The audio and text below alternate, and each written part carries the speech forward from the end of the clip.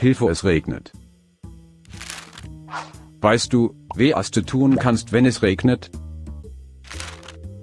Du könntest einen Regenschirm nutzen. Man kann auch in Pfützen tanzen, probier es doch mal aus. Tipp: Gummistiefel sind super gegen nasse Füße.